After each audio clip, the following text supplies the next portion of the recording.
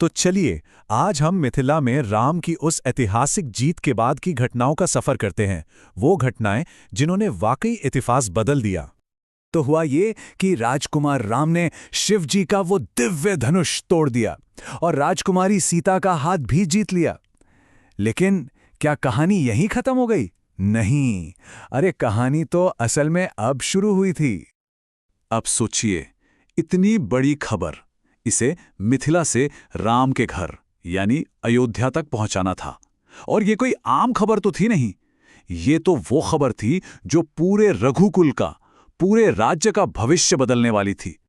तो राजा जनक का दूत अयोध्या पहुंचा और एक एक करके खुशखबरी सुनानी शुरू की। पहली बात, सबसे जरूरी, कि राम और लक्ष्मण बिल्कुल सुरक्षित हैं। फिर उन्होंने बताया कि कैसे दोनों भाइयों ने राक्षसों का संहार किया और विश्वामित्र का यज्ञ पूरा करवाया। और फिर आई सबसे बड़ी खबर कि राम ने सीता स्वयंवर में शिव धनुष तोड़ दिया है और अब राम और सीता का विवाह होने वाला है।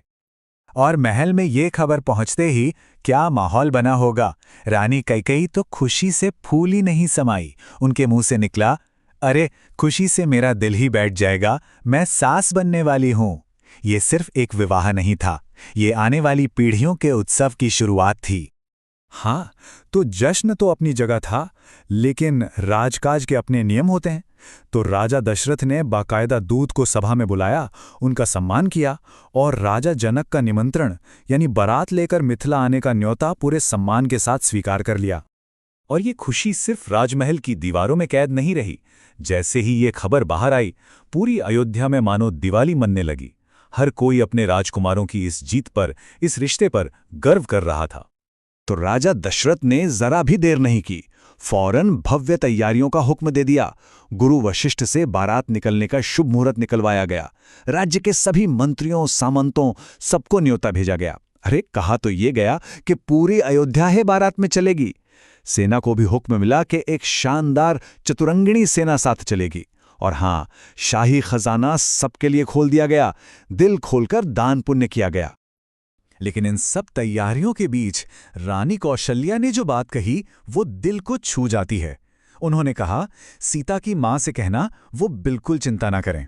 सीता अयोध्या में बहू नहीं, बेटी बनकर आएगी।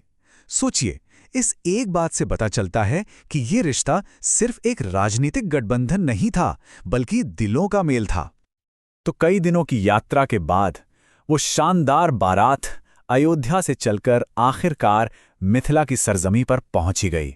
और वहां जो उनका स्वागत हुआ वो देखने लायक था। एक तरफ मिथिला के राजा जनक, दूसरी तरफ अयोध्या के राजा दशरथ।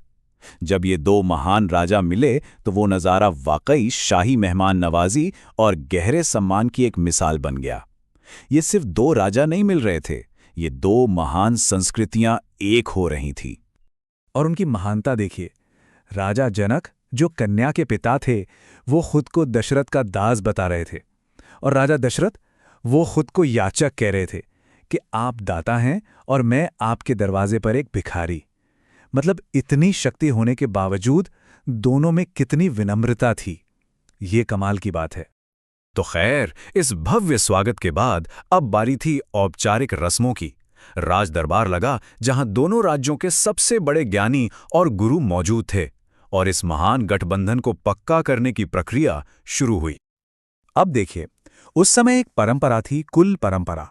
मतलब शादी का प्रस्ताव रखने से पहले लड़के वालों को अपने पूरे वंश का, अपनी वंशावली का परिचय देना पड़ता था, ये साबित करने के लिए कि वो इस रिश्ते के काबिल हैं।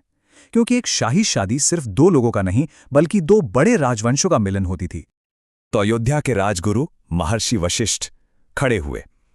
उन्होंने रघुकुल की गौरवशाली परंपरा का बखान किया। राजा दिलीप से लेकर राजा रघु, जिनके नाम पर ही राजवंश का नाम पड़ा, फिर राजा अज और फिर राजा दशरथ तक। एक एक करके ऐसे महान राजाओं के नाम लिए गए कि पूरी सभा उनके तेज से प्रभावित हो गई। तो अपने कुल का इतना शानदार परिचय देने के बाद महर्षि वशिष्ठ ने औपचारिक रूप से प्रस्ताव रखा।